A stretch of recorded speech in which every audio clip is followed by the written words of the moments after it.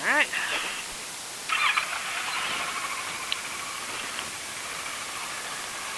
Okay, well, here's my baby girl all loaded up, ready to go camping. So, really, I guess this is kind of my first official video on this channel. I had another YouTube channel, but it was a bunch of just kind of crap videos, and honestly, I just kind of wanted to forget that all ever happened and start something new. Sure that's all in place. Good. I don't know if you guys know this, but it's actually kind of hard to settle up on a bike with a bunch of luggage on it. So they always just tell you, you know, oh yeah, just grab the handlebars and swing your leg over. Well, I'm not a gymnast, and I got a giant ass duffel bag on the back of my bike. Swinging my leg over is actually kind of a hard proposition for my fat ass. But so I'm meeting my buddy. We're gonna go camping together. Apparently he's bringing his wife along. Just found that out, so that's kind of fun. Yeah, I'm meeting my buddy, and we're gonna go up to the lake, camp out.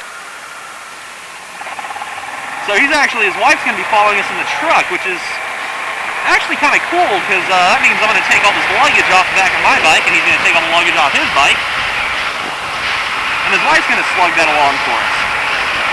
So yeah, pretty stoked actually. And it'll be a lot easier than having to carry that shit all the way up there.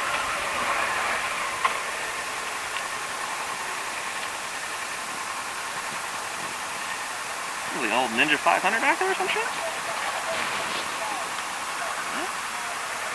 The camera's on and all that shit.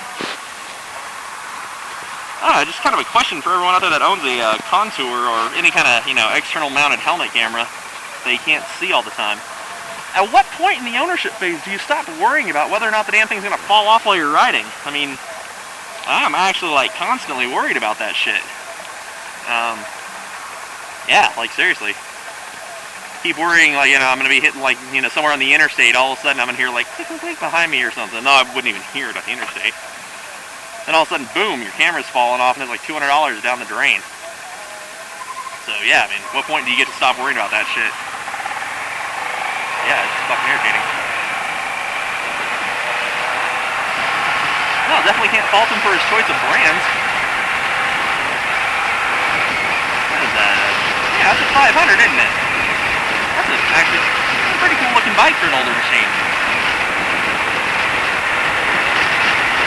Alright, so anyways, I guess I should really start out, you know, the way any decent person should start out. I want to say thanks to Billy, Tracy, Bilma and Goosesaurus Rex, and Downshift 83, Steel Horse Club, Rebel Yell 91. Especially those last two, Steel Horse Club and Rebel Yell 91 actually basically taught me how to ride a motorcycle. I didn't know jack shit, and then somehow I stumbled onto one of Steel Horse Club's videos on YouTube for something or another. And I started watching it, and it was really funny. So I started looking at the other videos he'd done, and yeah, I saw he had some videos on how to ride a motorcycle. I'm like, oh, yeah, sure, whatever. Like, I'm never gonna own one, but it'll be fun to just see how it's done. So, you know, I'm watching the video, and also, like, you know, this actually doesn't look too hard. I mean, I don't want to, like, downplay, like, you know, what, like, you know, I don't want to say it's easier than it is, but it's actually, I was like, oh, it doesn't look too hard. So, you know, I watched a few more of his videos and saw he gave some shout-outs to some other people. So then I saw Rebel Yell 91, so found his YouTube page, through one of, like, a link on Steel Horse Clubs, I think, or, like, a, you know, YouTube's little sidebar of, here's some shit you might also want to watch.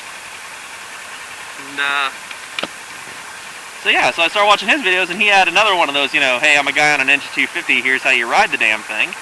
So I watched all of those videos, and at the end of it, you know, I spent like 2 or 3 days just watching YouTube videos on how to ride a bike. And by the end of it, I was like, you know what, I'm going to do that. So I signed up for the MSF, but the nearest, or yeah, I guess nearest as far as time goes, MSF course was actually like, God, I guess it was 2 months out, a month and a half out. So I looked around some dealerships, went and sat on some bikes, and all these videos out there were talking about how it's really good to start on a Ninja 250 because it's not going to be too much bike for you.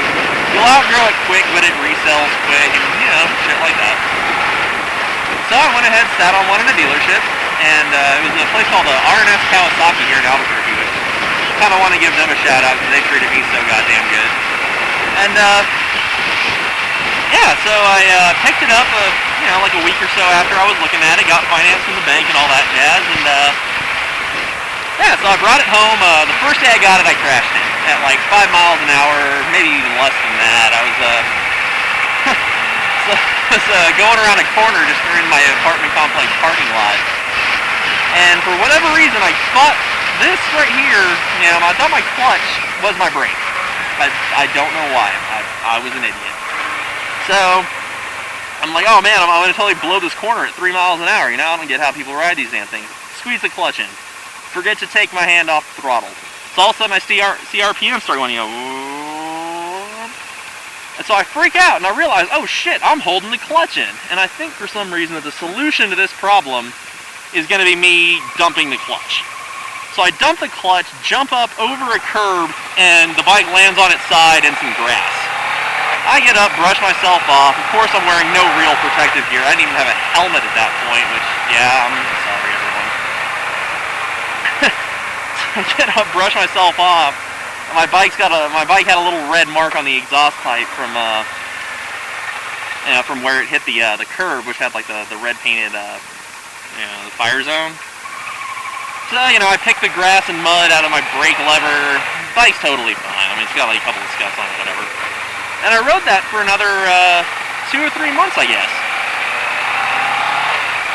Then, so I get a new job in February. It's February 14th, actually. It was Valentine's Day. And I was going to start my new job. And I was so excited, I was like, oh, I'm going to ride the bike to work. It's going to be great. I come out and someone had keyed the ignition on my bike, or screwdriver the ignition on my bike, trying to steal it. So totally jacked up the ignition to the point where I couldn't get to it anymore. Long story short, they came back 2 days later and finished stealing my motorcycle. So whatever, I was a little hurt, but I was like, well, I was actually kind of already getting ready for an upgrade. I don't know if you can see in the mirrors or and anytime you get a glimpse, I'm a pretty big guy. I'm like 6'2", 240, 250 pounds. So a 250 just did not really have a whole lot of moving my ass around abilities. So I looked around a couple bikes. I looked at a BMW F800S. It was like the GS. It was the same engine and everything, but it was in a sport bike that they don't make anymore. So I was looking at that one. By the time the bank came through with the financing, they sold that and a VFR 800 I was looking at. So I wound up I got a call from the dealership, the same one, said, hey, I think we've got a bike here that you'll like. So I come in and here's this gaudy ass lime green Ninja 650. And I'm looking at it and I'm like, God, that is just insanely gaudy looking bike. Lime green is not what I would call a subtle color by any means. But, whatever. Figured I'd give it a shot, so I took it on a test drive and I just fell in love with it. Everything from the little boot up sequence it does on the digital dash to just the way it runs. It makes smooth power, and I might eventually graduate to a bigger bike, but this bike has got all of the power definitely all the power I'd need. I don't know about all the power I want, but definitely all I need. This bike is a ticket generating machine. I'm just lucky the cops haven't noticed that yet. So, yeah, that's the story of how I got to be where I am, how I got into riding, how I got into vlogging. So, yeah, hopefully after this, after I pay off my car, after I pay off my bike, I'm going to see about adding a KLR 650 or a Honda XR 650L to my garage. Because, can't really do trail riding on this. I tried once, and it was fun, but in a horrifying kind of way. So, well, anyways, I'm going to pull over here and get my tank all nice and filled up, and holy shit, 305 a gallon. That's fantastic. I'm pulling over here. Anyway, so, yeah, this is Dusty Speedo signing off.